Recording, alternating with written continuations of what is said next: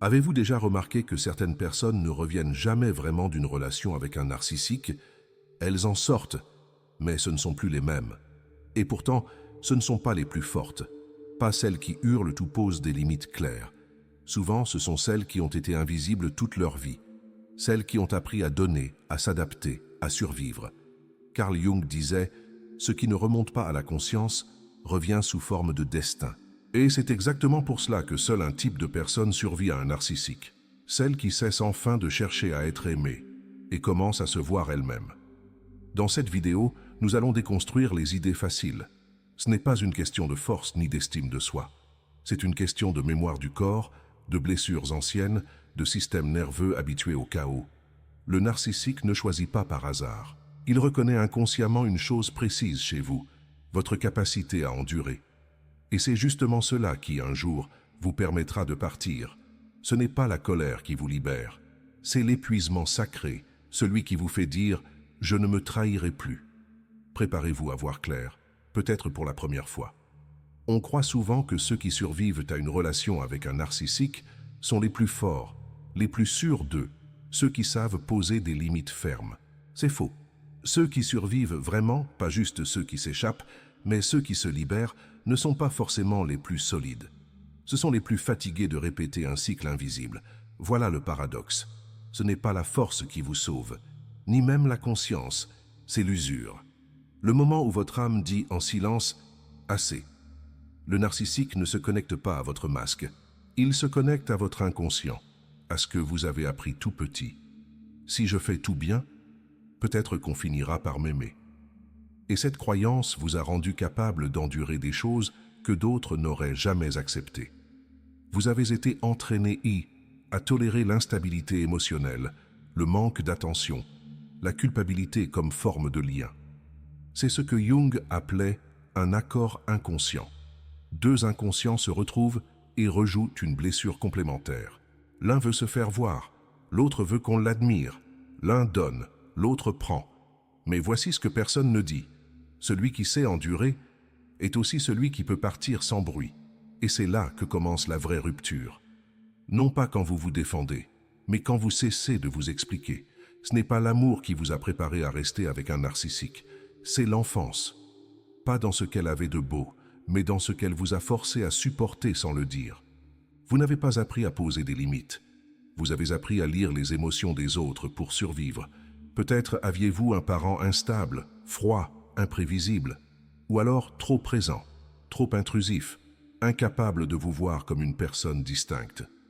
Dans tous les cas, vous avez développé un système nerveux formé pour l'alerte constante. Votre corps sait reconnaître les moindres changements d'humeur.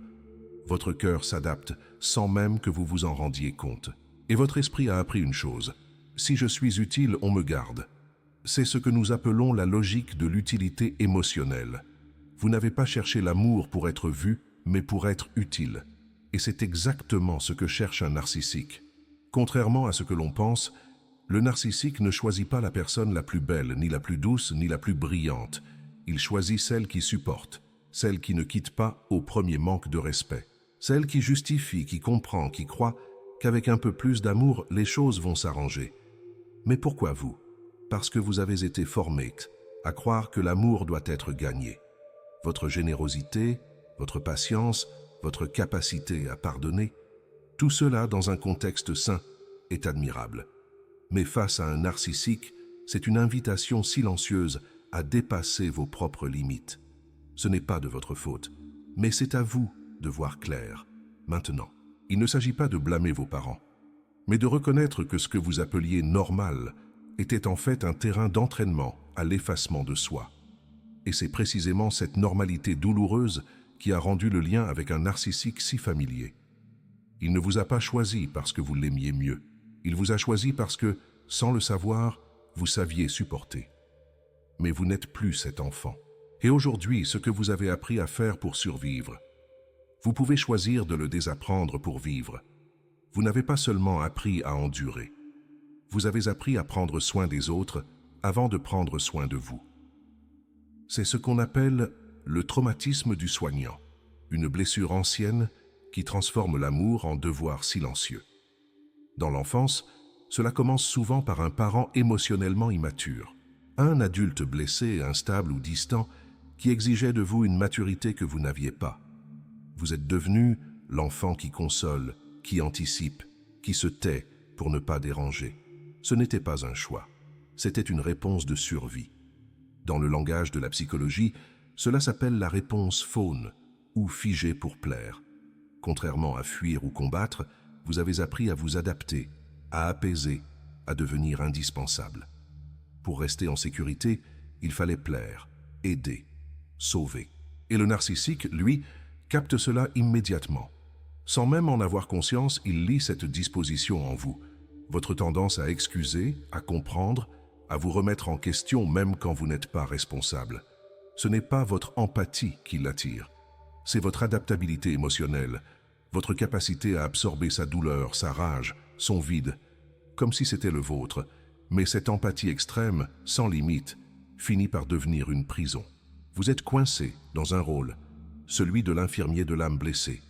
Et chaque fois que vous essayez d'en sortir, la culpabilité vous rattrape. Et s'il changeait? Et si je partais au mauvais moment? Et s'il redevenait celui qu'il était au début? Mais il ne redeviendra pas, parce que ce qu'il était au début n'était pas réel. C'était une projection de ce que vous aviez désespérément envie de croire. Le narcissique fonctionne par cycle, idéalisation, dévalorisation, rejet. Et vous, vous restez coincé dans l'espoir du retour au début. Mais ce début n'était pas de l'amour, c'était un appât. Tant que vous restez dans le rôle du soignant, vous nourrissez une relation qui vous vide. Et la vérité est douloureuse, mais libératrice. Ce n'est pas votre amour qui le guérit, c'est votre départ qui vous sauve. Pourquoi est-il si difficile de partir d'une relation qui fait souffrir? Pourquoi reste-t-on, même quand on sait que ça nous détruit? La réponse ne se trouve pas dans la logique. Elle se trouve dans le corps. Pour beaucoup, le chaos émotionnel est devenu familier dès l'enfance, pas nécessairement par malveillance, mais parce que l'amour reçu était souvent mêlé à l'anxiété, à l'absence ou à l'humiliation subtile. Alors, le système nerveux a appris une chose. L'amour fait mal, mais il faut rester. Avec le temps, cette confusion devient une empreinte somatique. Le corps associe la tension à la connexion, l'instabilité à l'attachement. C'est ce que les psychologues appellent l'imago, le modèle inconscient de l'amour que l'on reproduit à l'âge adulte. Et cet imago souvent ressemble au narcissique. Son imprévisibilité déclenche vos peurs les plus profondes, mais aussi une étrange excitation. Et s'il m'aimait vraiment, et si cette fois était différente? C'est ce mécanisme qui piège. Vous ne poursuivez pas une personne, vous poursuivez un soulagement émotionnel que vous avez appris à appeler amour. Et c'est aussi ce qui explique la montée d'adrénaline, le cœur qui bat, la peur de le perdre, même quand vous savez qu'il vous détruit. Ce n'est pas de l'amour. C'est un état de survie activé, le même que vous avez connu enfant, quand il fallait deviner, s'adapter, gagner l'attention à tout prix. Alors vous restez, pas parce que vous êtes faible, mais parce que votre corps croit encore que c'est ainsi que l'on aime. Mais il y a une vérité que le narcissique ne peut pas effacer. Ce que vous ressentez n'est pas toujours la preuve que c'est juste. Parfois, ce que vous ressentez est simplement le reflet d'une mémoire ancienne. Et tant que cette mémoire guide vos choix, vous confondrez attachement et amour, douleur et lien, tension et désir. Se libérer, c'est réapprendre. C'est reconnaître que ce qui est calme, stable, doux, n'est pas ennuyeux. C'est sain. Un narcissique ne vous maltraite pas tout le temps. Et c'est précisément ce qui vous enferme. Il vous donne juste assez de douceur, juste assez d'attention, juste assez d'espoir, pour que vous restiez, pour que vous doutiez de ce que vous ressentez, pour que vous vous disiez « Regarde, il peut être gentil, c'est peut-être moi le problème ». Ce phénomène porte un nom, la récompense intermittente. C'est l'un des mécanismes les plus puissants de conditionnement psychologique. Dans les années 1950, une série d'expériences sur des rats a démontré que lorsqu'une récompense est distribuée de manière aléatoire, parfois présente, parfois absente, le comportement devient obsessionnel. Les rats appuyaient frénétiquement sur le levier, espérant une récompense, même si elle ne venait presque jamais. Le narcissique fonctionne de la même manière. Un compliment inattendu après des jours de silence. Un regard tendre après une humiliation. Un « je t'aime » chuchoté entre deux tempêtes. Et vous, Vous vous accrochez à ces miettes, parce qu'elles font écho à quelque chose de plus ancien, l'amour conditionnel. Petit e. Peut-être deviez-vous être sage, calme, utile pour mériter l'attention. Aujourd'hui, votre système émotionnel reconnaît le même schéma et s'y accroche comme à une promesse. Le problème? Plus la récompense est rare, plus elle devient précieuse. Et plus vous souffrez, plus la moindre caresse semble magique.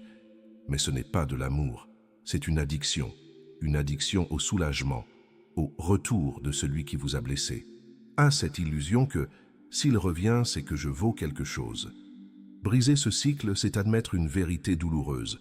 Ce n'est pas l'autre qui vous manque, c'est le sentiment de valeur que vous croyez obtenir à travers lui. Et c'est en retrouvant cette valeur en vous que le levier cesse d'avoir du pouvoir. Il ne se produit pas pendant une dispute. Il ne se produit pas quand il vous humilie ou vous oublie. Il se produit quand, à l'intérieur, quelque chose s'éteint. L'éveil ne ressemble pas à une explosion. C'est un silence, un glissement. Un moment où vous ne ressentez plus le besoin d'être compris ni d'avoir raison. C'est souvent dans un geste banal, une remarque blessante de plus, un regard vide, que le corps dit « stop ». Pas le mental, le corps. Une fatigue ancienne refait surface, pas seulement la fatigue du lien, mais celle de toute une vie passée à espérer que quelqu'un change pour enfin vous choisir. Le narcissique ne remarque pas toujours cet instant, car extérieurement rien ne change. Vous continuez à sourire, à répondre. Mais en vous, le lien émotionnel commence à se dissoudre. Ce moment est sacré. C'est le point de bascule.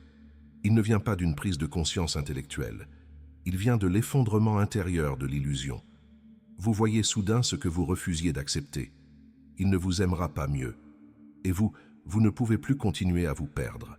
Il n'y a pas de colère, pas de vengeance, juste un vide. Un vide qui, paradoxalement, apaise. C'est cela, l'éveil silencieux. Quand vous ne cherchez plus à réparer, quand vous n'attendez plus un retour, quand vous ne jouez plus le rôle, c'est dans ce silence que commence la liberté. Et c'est ce que le narcissique ne peut ni comprendre ni contrôler, parce qu'il ne sent pas que vous partez. Il sent juste que vous n'êtes plus là. Et c'est là que le vrai chemin commence. Pas pour changer l'autre, mais pour vous retrouver. Partir physiquement est un acte visible, mais le vrai départ se produit quand l'ancien soi meurt, celui qui avait besoin d'être validé, celui qui confondait amour et sacrifice, celui qui pensait « si je donne assez, je serai enfin aimé ». Ce faux soi s'est construit avec le temps, pour survivre, pour être accepté, reconnu, toléré, dans des environnements où vos besoins n'avaient pas de place. Le narcissique, sans le savoir, est venu appuyer exactement là, sur cette façade façonnée par la peur du rejet, par la faim de reconnaissance. Mais ce lien, aussi destructeur soit-il, a un rôle. Il vous oblige à un moment à choisir entre continuer à plaire ou enfin exister. C'est le début du processus que Jung appelait l'individuation. Individuer, ce n'est pas devenir parfait. C'est cesser de vivre selon les attentes des autres. C'est reconnaître ses blessures et choisir de ne plus s'y identifier. Quand vous vous détachez d'un narcissique, ce n'est pas seulement une séparation de personne à personne. C'est un effondrement intérieur, parfois terrifiant. Vous ne savez plus qui vous êtes. Vous ne savez plus ce que vous méritez. Parce que pendant trop longtemps, votre identité a dépendu du regard de l'autre. Mais ce vide, ce vertige, est un passage, un seuil. Ce qui meurt, ce n'est pas vous. C'est ce personnage que vous avez incarné pour être aimé. Ce masque. Et derrière ce masque, il y a vous, pas celui ou celle que le narcissique voulait, mais l'être réel, avec des limites, avec une lumière, avec une vérité qui n'a plus besoin de se justifier. C'est dans cette traversée que naît la souveraineté intérieure, et c'est cela le vrai pouvoir, ne plus avoir besoin de se fondre pour être aimé. Le narcissique ne vous aime pas, il vous utilise comme un miroir, tant que vous jouez votre rôle. Celui qui écoute, rassure, excuse, revient, il se sent réel. C'est ce que les psychologues appellent le narcissistic supply. Un approvisionnement émotionnel constant qui alimente son ego fragile. Mais le jour où vous cessez de réagir, le jour où votre regard change, où votre énergie se retire, sa réalité commence à vaciller. Pour comprendre cela, il faut savoir que le narcissique ne possède pas un soi solide. Il se construit à travers les réactions de l'autre. Il existe parce que vous le regardez avec admiration, peur, besoin. Alors quand vous ne jouez plus, quand vous ne courez plus après l'approbation, quand vous devenez calme, centré distant sans haine, c'est tout son système interne qui se dérègle. C'est là que les choses deviennent paradoxales. Votre silence, votre sérénité, votre détachement sont perçus comme une attaque. Pourquoi? Parce que vous ne validez plus son illusion. Vous ne le voyez plus comme il veut être vu. Et pour lui, cela revient à une annihilation psychique. C'est à ce moment que commencent les réactions de panique narcissique. Séduction. Il vous recontacte, doux, charmant, aimant. Culpabilisation.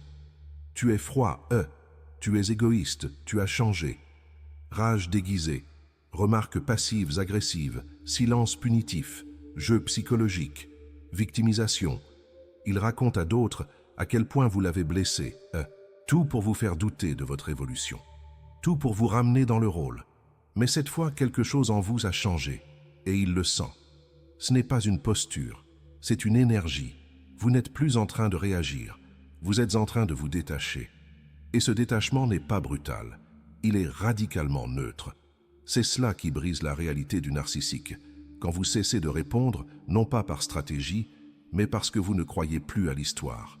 Il ne vous voit plus, car vous n'êtes plus dans le rôle qu'il avait choisi pour vous. Et sans ce rôle, il ne sait plus qui il est. Vous, en revanche, commencez enfin à le découvrir. Le silence peut être cruel lorsqu'il est utilisé pour punir, mais il peut aussi être sacré lorsqu'il est utilisé pour se protéger. Face à un narcissique, le silence conscient n'est pas un jeu de pouvoir, c'est une arme de vérité. Tant que vous parlez, expliquez, vous justifiez, vous alimentez le système. Chaque mot devient une occasion d'être contredit, retourné contre vous, minimisé. Mais le jour où vous entrez dans le silence, non pas par colère mais par clarté intérieure, quelque chose de profond se passe. Le narcissique, privé de votre énergie, se retrouve seul face à ce qu'il fuit depuis toujours. Le vide en lui. Sans votre réactivité, il n'a plus de contrôle. Sans votre justification, il ne peut plus manipuler. Et sans votre regard, il ne peut plus exister dans le rôle qu'il s'est construit. Ce silence, pour vous, est un chemin de retour. Retour à votre corps, retour à votre espace intérieur, retour à ce que vous ressentez sans devoir le prouver. Il ne s'agit pas d'ignorer pour dominer. Il s'agit de ne plus se perdre en cherchant à être entendu, car avec un narcissique, la compréhension mutuelle est un piège. Vous expliquez, il détourne. Vous montrez vos blessures, il les minimise. Vous pleurez, il vous accuse d'exagérer. Mais dans le silence, vous cessez d'être accessible. Vous devenez un mystère qu'il ne peut plus lire. Et c'est là qu'il commence à paniquer, à tester, à provoquer. Car il sait, vous êtes en train de sortir de sa réalité. Le silence, c'est aussi un acte de compassion envers soi. C'est reconnaître que vous n'avez plus besoin de permission pour exister, que votre vérité est valable même si personne ne l'écoute, que vous pouvez choisir la paix plutôt que la justification. Ce n'est pas de l'indifférence, c'est de la maturité.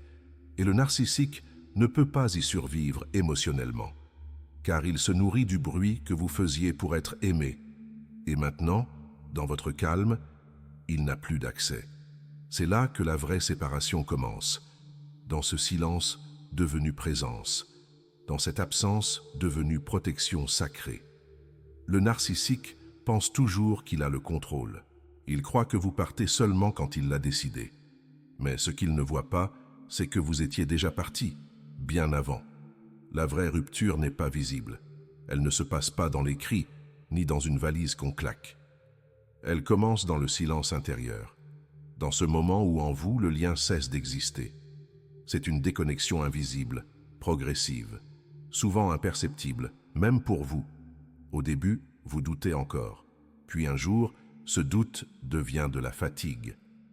Et cette fatigue se transforme en lente prise de conscience. Je ne suis plus attaché, je suis juste encore là physiquement. C'est à ce moment-là que le deuil commence. Un deuil secret. Pas celui d'une personne, mais de l'illusion d'un amour. Et ce deuil, vous le vivez seul. Car face à vous, le narcissique ne comprend pas. Il vous croit encore présent, engagé, dépendant, Mais vous êtes ailleurs. Ce processus est profondément intime. C'est une mort douce, silencieuse.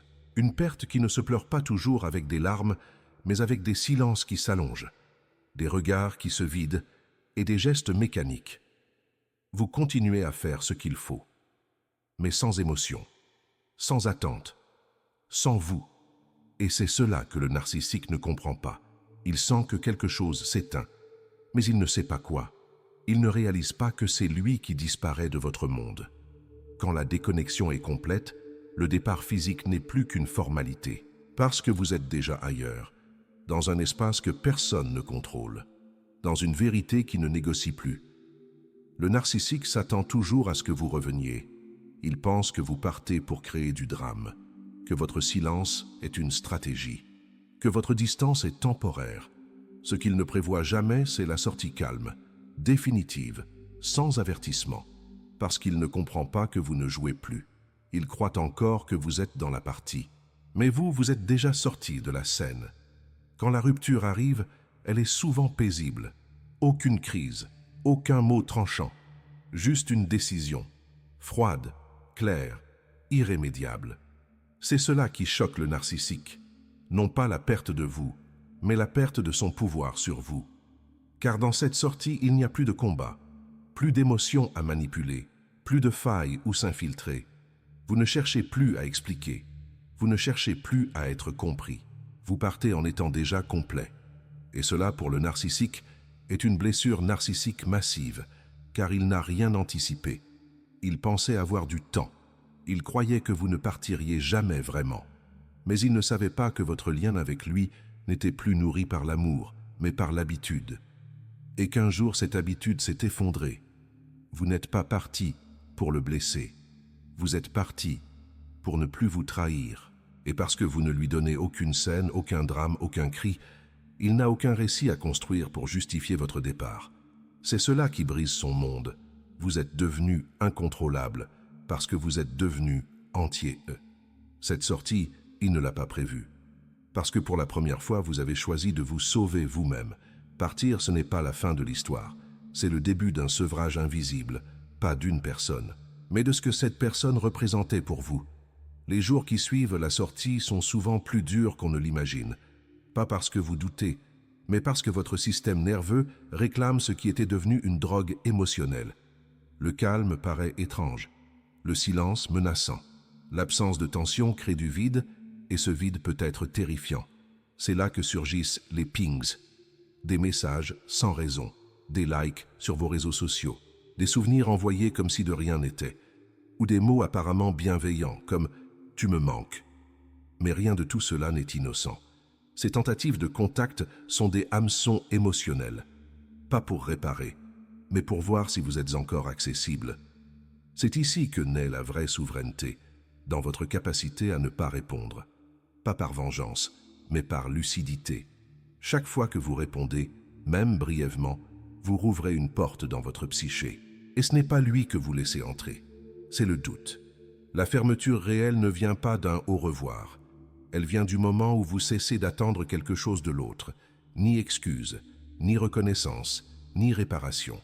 Parce que vous comprenez que tout cela, vous pouvez vous le donner à vous-même. L'auto-souveraineté, c'est cela. Ne plus dépendre de l'extérieur pour valider votre valeur, votre réalité, votre chagrin, votre lumière. Et c'est dans cette solidité silencieuse que vous devenez inatteignable. Vous n'êtes pas sorti de cette relation par hasard. Vous en êtes sorti parce que quelque chose en vous a choisi de vivre. Pas simplement de respirer, mais de vivre en vérité. Tout ce que vous avez traversé, la confusion, la douleur, la perte de vous-même, vous a ramené à un endroit plus profond, votre centre, là où vous ne cherchez plus à mériter, là où vous ne quémandez plus ce que vous donnez naturellement, là où vous reconnaissez enfin votre propre valeur, sans l'emprunter au regard de l'autre. Le survivant d'une relation narcissique n'est pas une victime, c'est un alchimiste, quelqu'un qui a transformé la trahison en conscience, la dépendance en autonomie, la blessure en puissance. Vous ne serez plus jamais la même personne, et c'est une bénédiction, car désormais, vous n'aimez plus pour être choisi qu'un. Vous aimez depuis un espace de complétude, et cet amour-là, personne ne peut le contrôler. Bienvenue chez vous, chez l'être que vous avez toujours été, et que plus jamais vous ne quitterez.